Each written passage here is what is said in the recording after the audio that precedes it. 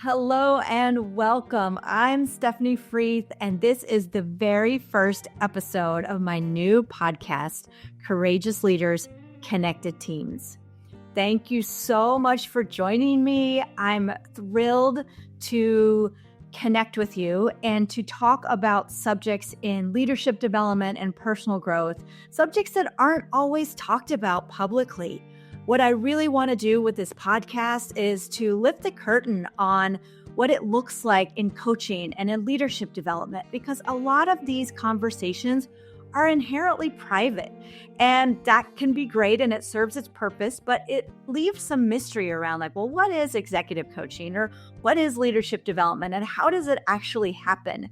So what I want to do with this podcast is really showcase courageous leaders from all different settings and companies. So I want to be talking to people who are seasoned and emerging leaders in organizations and companies and nonprofits, but also entrepreneurs, business owners, people creating in the world. That's really who I'm going to be talking to and lifting up their stories.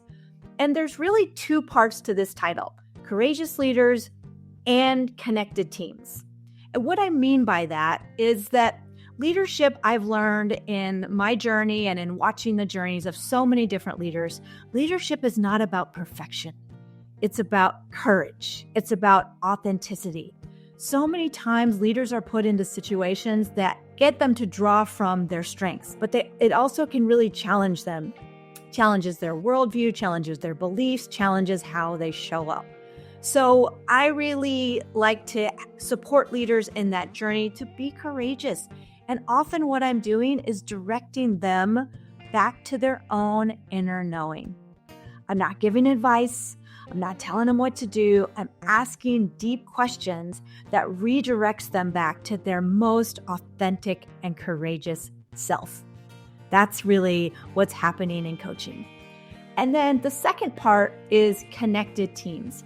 So a lot of times a leader will come to me when they have a new team and they really want that team to be more productive. They want that team to feel connected. They want them to be aligned. They want them to be working together. They also are sometimes working through conflict or just different styles of working. A lot of times there's different tools for this, but I'm often guiding the leader on how to lower drama in their team. And one of my favorite tools to use is the Enneagram. It's a really powerful and ancient system that we'll be talking about along the way. I also use conscious leadership tools, and we'll be delving into that as well. I've been kind of a leadership nerd in many ways. I love strategies. I love frameworks. I've been a strategic planning consultant for a long time. And yet what I've realized along the way in helping leaders is that the inner game runs the outer game. And what that means is our thoughts, our feelings, our beliefs inside that often are coming from our lived experience, it really dictates how we show up in the external world as leaders, as teammates. And so when leaders don't have awareness of their inner game, they show up unconsciously. So a lot of the tools that I am helping leaders with has to do around decision-making, mindset, and that from a very deep level, not just from strategies and frameworks, and those are great. And yet, once you master the inner game, then you unleash the true power of the strategies and frameworks when you apply that at an organizational level as well. So let's talk a little bit more about why I start this podcast. I was a ballerina back in the day, and I danced all the way through college. And I've been known to say that I'm comfortable front of stage and dancing, but I'm also comfortable behind the scenes, behind the curtain, in the background. And so what's fascinating is when you're dancing, you're not speaking. You've rehearsed and you've tried all these different steps and you've spent months in the rehearsal studio, and then you have your big performance, but you're not speaking. And so even though I was a singer in high school as well, I had disidentified as a singer. I hadn't made different choirs. So it's actually been a journey for me to reclaim my voice as a leadership coach. And so you would think that I'd be comfortable showing up on video, but actually it's been scary for me. I've had moments when I was in trainings and they'd say, go do a live Facebook thing. I'd be like, oh no, no, thank you. I don't want to do video. And I saw that it was hurting my business. I saw that it was having me not show up as a thought leader, having me not share my experiences. And so I took an untraditional path. I did a songwriter's journey as an effort to reclaim my voice. And so I'll talk a lot about that as we go along, but it really has helped because it was that turning inward. I worked with the brothers Corin, who are amazing. They do this with people all the time, but turning inward, finding songs and really adding on self-expression as part of what I do and how I show up and how I support leaders. So the main message really is, how can leaders lead with courage, foster connected teams, whether they're a business owner, an entrepreneur, or an executive within a company? And it's really more than leadership skills. Those are great. I have an MBA. I've gotten those skills. There's different trainings that at different points people need skills. But really, it's about that inner work, that personal transformation that makes leadership possible. Because a lot of times I'll talk about being as a leader and not just doing. And are you embodying that leadership quality from the inside out? Are you stepping into your highest potential as a leader? And that can look like, again, going inward, doing the work at first, so that you are carrying your leadership ability and embodiment with you wherever you go. It's not a mask you put on. It's not something that you step onto the stage and turn on. It's part of who you are. And one reason I like doing this work with leaders is that I get to see the full possibility in the human experience. And so that's where a tool like the Enneagram is really helpful, to be able to see, why do people do what they do? I've been fascinated by that question since I was little. I have been a seeker. I've been a lifelong learner. I'm always learning from other people. And over time, I've also learned to trust my inner knowing, that while it can be great to learn frameworks and from experts, each person is an expert. But it takes going within to trust their inner knowing, to connect to that, and to lead from that place. And when you combine the knowledge that you get from intellectual pursuits and reading and studying and listen to podcasts, when you combine it with that deep inner knowing and deep inner sense of, this is who I am, and this is how I'm here to show up in the world and serve and influence others and lead by example. That's really where the magic happens, when it all comes together and when leaders have the chance to show their best selves, to bring all of their gifts to bear. And so I want to tell you a little bit of a story about how my own leadership journey. I would say that I talked about, being a seeker and being curious. And I always kind of played by the books, though. I was a good student. I was a valedictorian in my high school, and I played by the rules, and I got rewarded for that. And I went to Princeton. I was an English major and studied women's studies as well, and I danced while I was at Princeton. But I think sometimes when we're going through an academic path, the path is laid out before us, and there's certain expectations about how to win at that game. And I excelled at that game, and yet there's more. There's more that, as I got beyond academics, there was more to the leadership journey, day in, day out.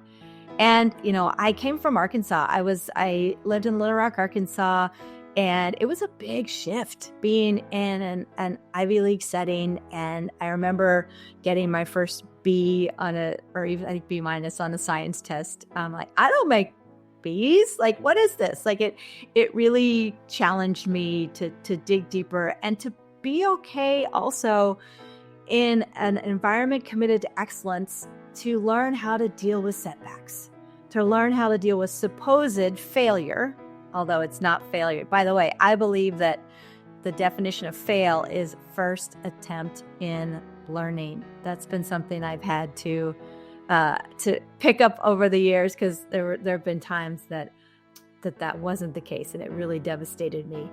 It's been really fun to kind of go from being an intellect-driven student and picking up all those amazing things along the way.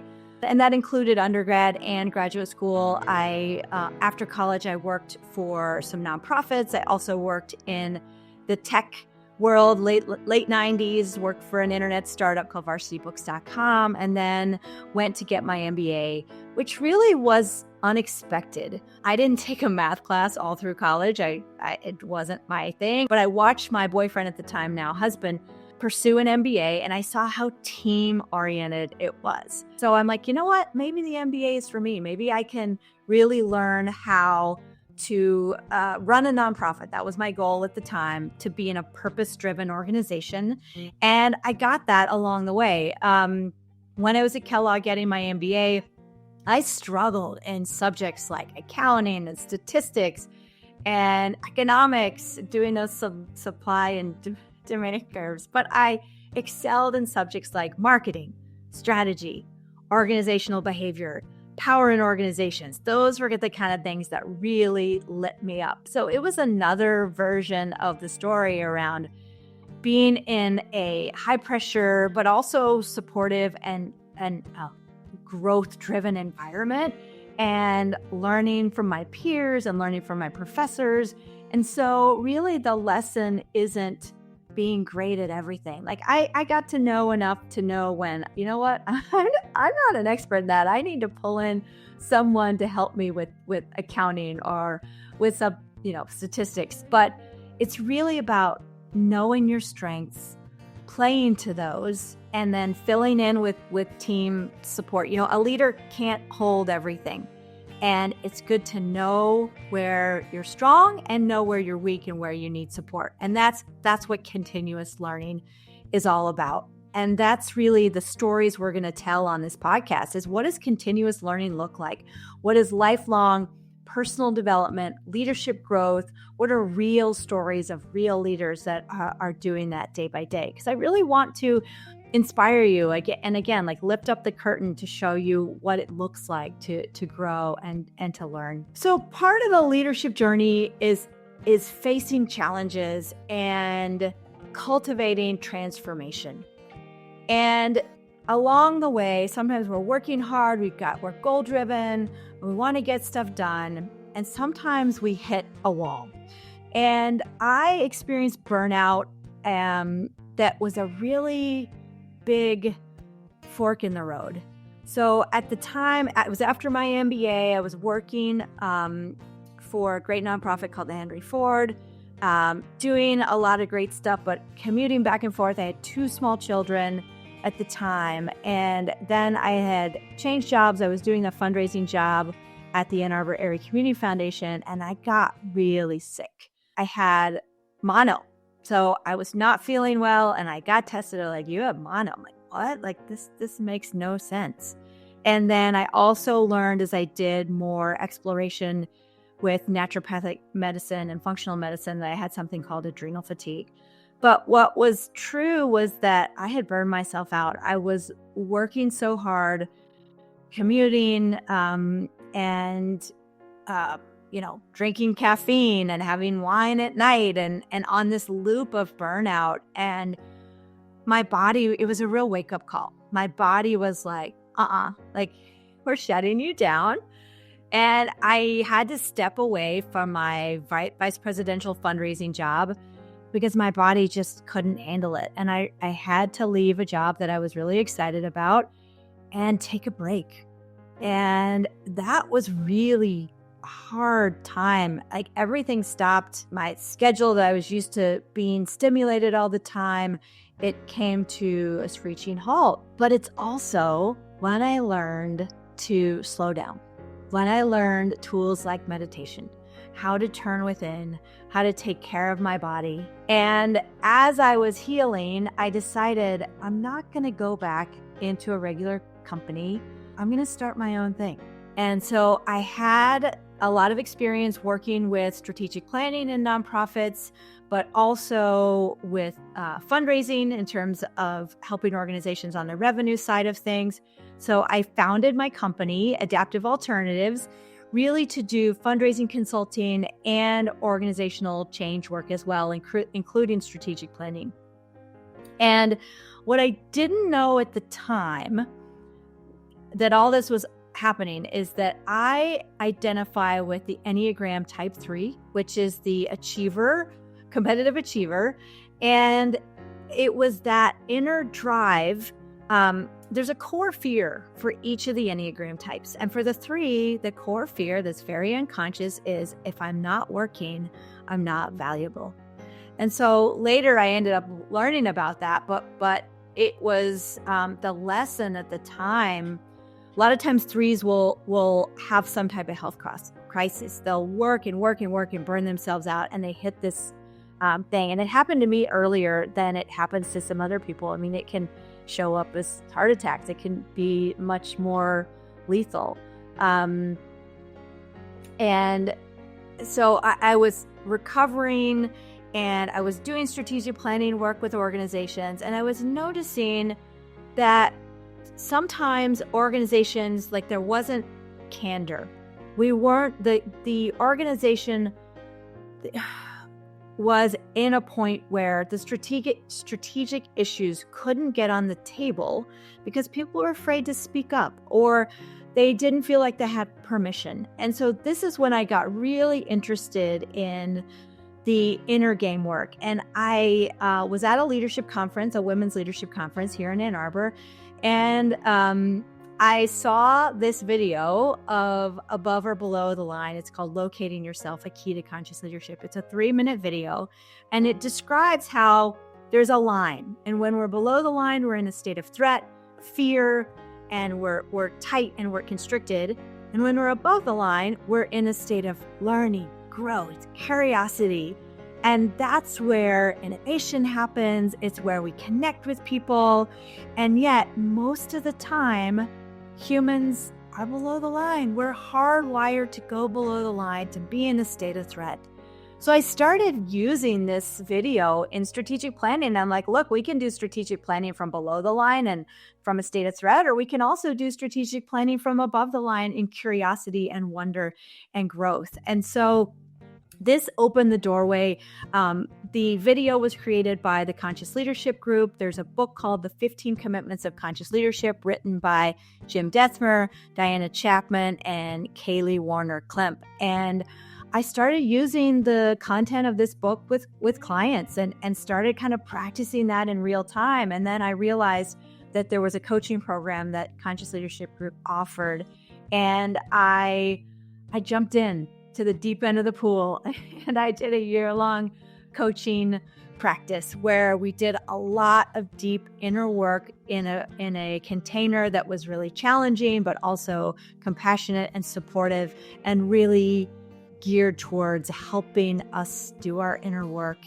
And so there was a big shift from learning what it's like to be a consultant, where you're having deliverables, you're giving people their fundraising plan or their strategic plan, to being a coach. And in coaching, you're asking questions.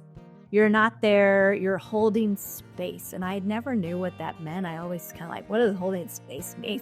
But I've learned what that means, and more importantly, what it feels like to become the container and to set the tone in which transformation can happen.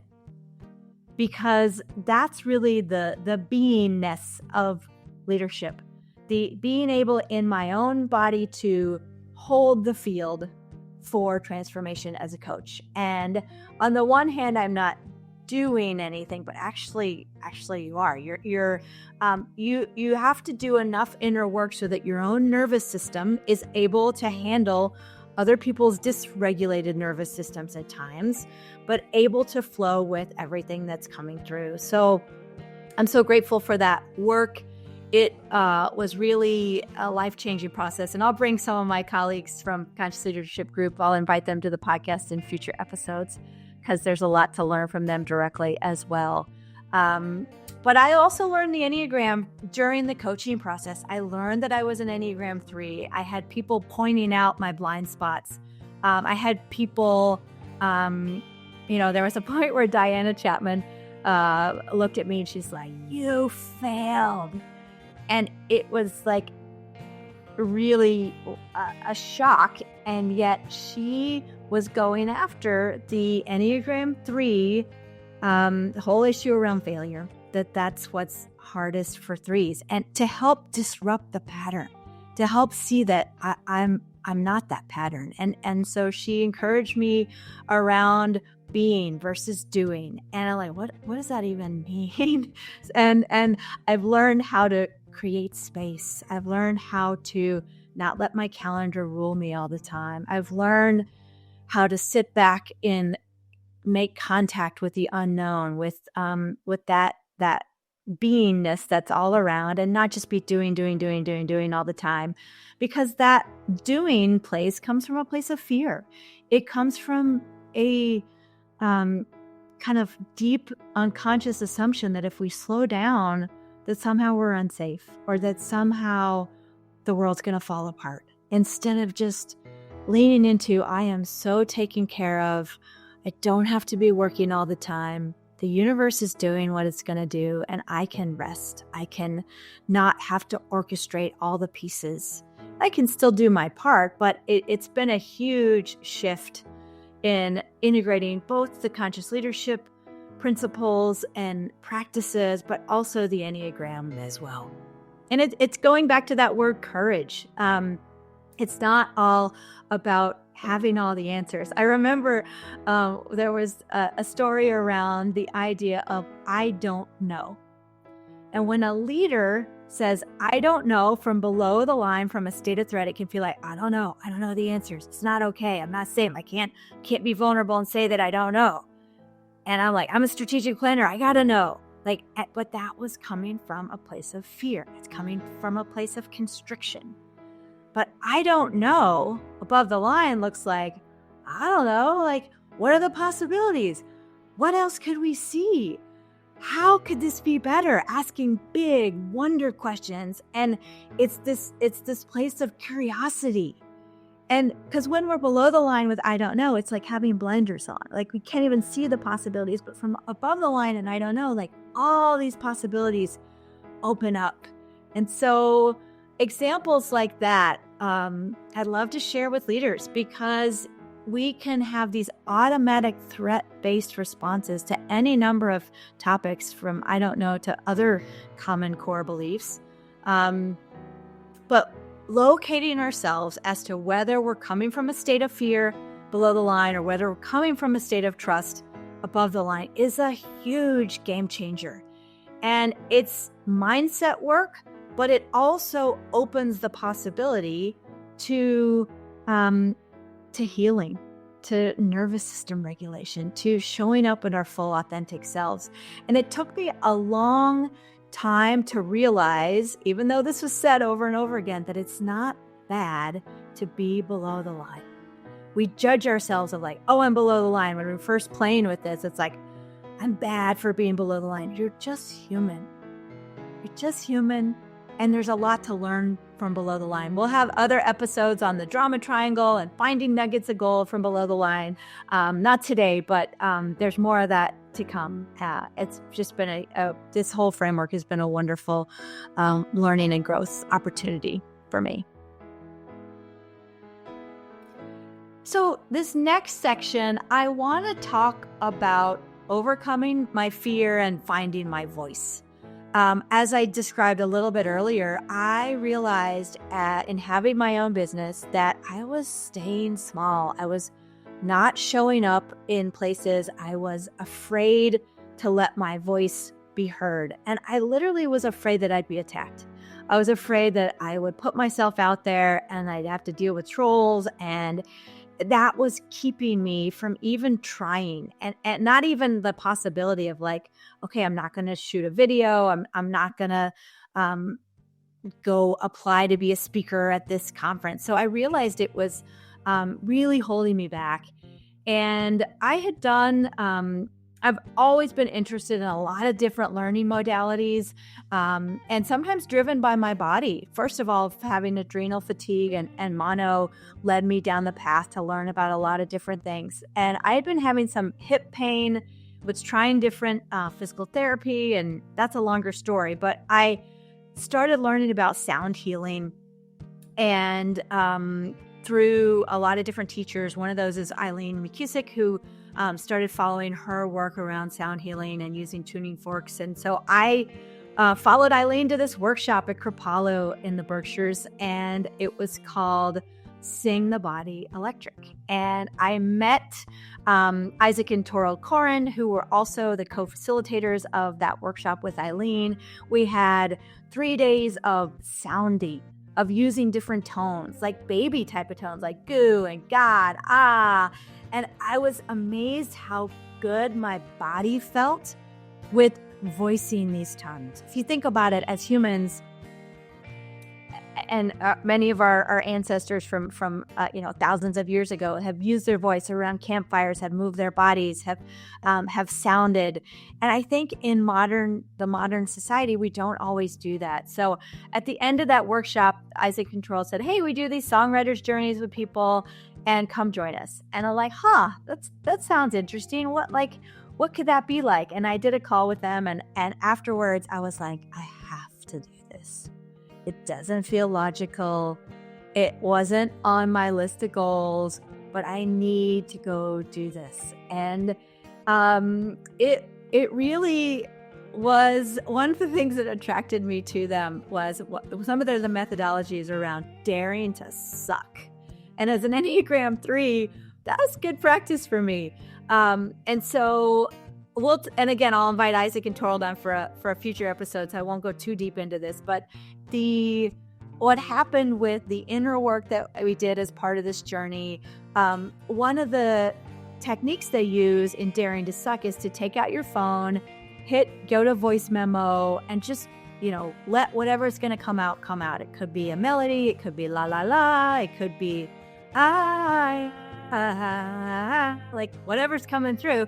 Give it a name. Do that as a practice. So there were a couple of months that I was doing that as a practice. Ended up, I had a couple of things come through that ended up being songs.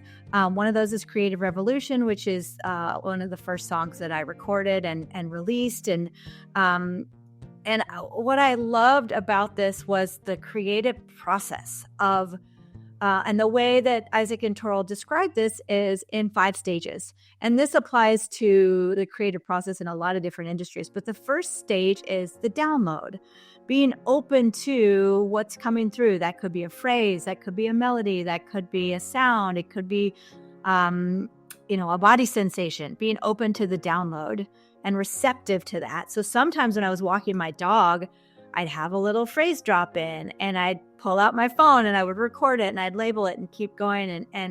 So the download's the first stage. The second stage is sculpting. So you take the download and you're kind of like, playing with the words, playing with the melody, playing with the feature, how that feels. And the third phase is framing. So it's like, okay, here's a verse here, here's a chorus here, and really framing up the song. The fourth phase is making. So you might record it, you might sing it. And then the last stage is curating or critiquing. So only after you've gotten through that whole phase are you saying like, well, what do we want to do with this? Is it a song? Is it not? Was it an exercise? So you suspend any type of judgment until the end. And then even then it's like letting the creative process flow through. And I got to say, like, I didn't sit down to write the peace song. And yet that's what flowed through me. So there's a song called May Peace Prevail that I wrote a peace song, and I did that together with Isaac and Toril. And so it was amazing to just kind of, with this intention of reclaiming my voice, it was also being willing to step into the unknown, what I call the void, and learning that all creation and all creativity comes from the void, comes from the unknown, comes from tapping into that possibility. And yet, if we're always doing and on a schedule, like full steam ahead, especially as an Enneagram 3, then you don't have access to that. So it's been a beautiful part of my journey, learning to allow self-expression, learning to be vulnerable, learning to be courageous about that, because I was really scared. And I got to say, there's a big difference in going from creating a song in a safe container with people who you really trust to then, after it's been recorded, you start releasing it into the world. I had, right before I released Creative Revolution, I had a day where I was terrified. I was like, what am I doing? Why am I putting this out here? Like, who am I to be putting songs out into the world? I'm going to get attacked. People are going to be like, why are you doing this? I don't get this. And yet, after I'm like, I'm doing it anyway. I'm going to be courageous. I'm going to work through my fear. I'm going to see it, and I'm going to put it out there. And what ended up happening was a lot of people were surprised, or they're like, this song inspired me, or, good for you. And people would be like, good for you for pursuing your passion and your goal. And I'm like, I didn't have a goal to release an album a few months ago, and here we are. So that unexpected twist, being open to following the nudges of our inner self, that could be called, our soul, our deepest desires. That's really what I was doing with this songwriter's journey. And it's been an amazing experience, and it's been fun now to release 7 songs into the world. And I'm incorporating them into coaching. There's a song called Honor Your Anger. I'm about to do a session around that. What is anger? What's the wisdom of anger? How do you set boundaries? So a lot of these songs really ended up being the description or the encapsulation of the inner work that I've done really in my 40s. And so I love sharing them with people. And so far I haven't had really even dealt with any trolls. Like maybe people didn't like it and they didn't tell me, but nobody really attacked me. Those biggest fears that I had keeping me safe in the beginning, supposedly, never really materialized. So having that experience gave me another part of my lived experience to be like, that thought that could have kept me from really exploring my gifts and trying new things, it wasn't true. And I got to, go through that process. And so I would say in doing this, in daring to suck, I also take it into my coaching. And I really want to encourage leaders that I'm working with to follow their passions, to connect to their desires, to learn to move through that. And I celebrate the working through the fear, and I see you, and I see that, I've been there, I've worked through the fear, I've had my own version of it. You're going to have your own version of it, but I love to accompany leaders in their journey.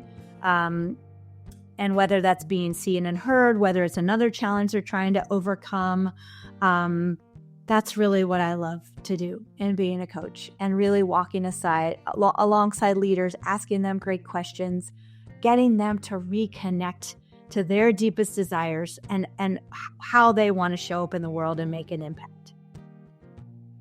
So that's it for today's episode. It's a quick run through of a lot of my leadership lessons, what I'm going to be doing in the future. I'll have some solo episodes, but I'll also be inviting people who have been part of my journey and letting them tell their story and having a conversation. I'm also going to be highlighting the stories of the real leaders that I've worked with. We're talking about the Enneagram and conscious leadership and the impact on them and just their leadership journey, so that I can highlight the stories of people that aren't always highlighted. And so that's an exciting part.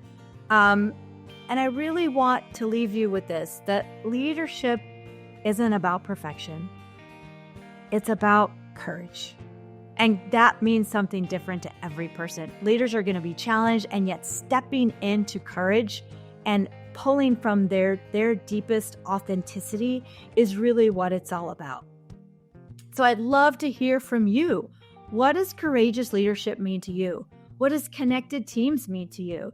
So send me a message, comment on this episode. If this conversation resonated with you, please subscribe. Please share this with a friend that might enjoy it, and leave a review. Share this podcast with somebody who might need to hear it.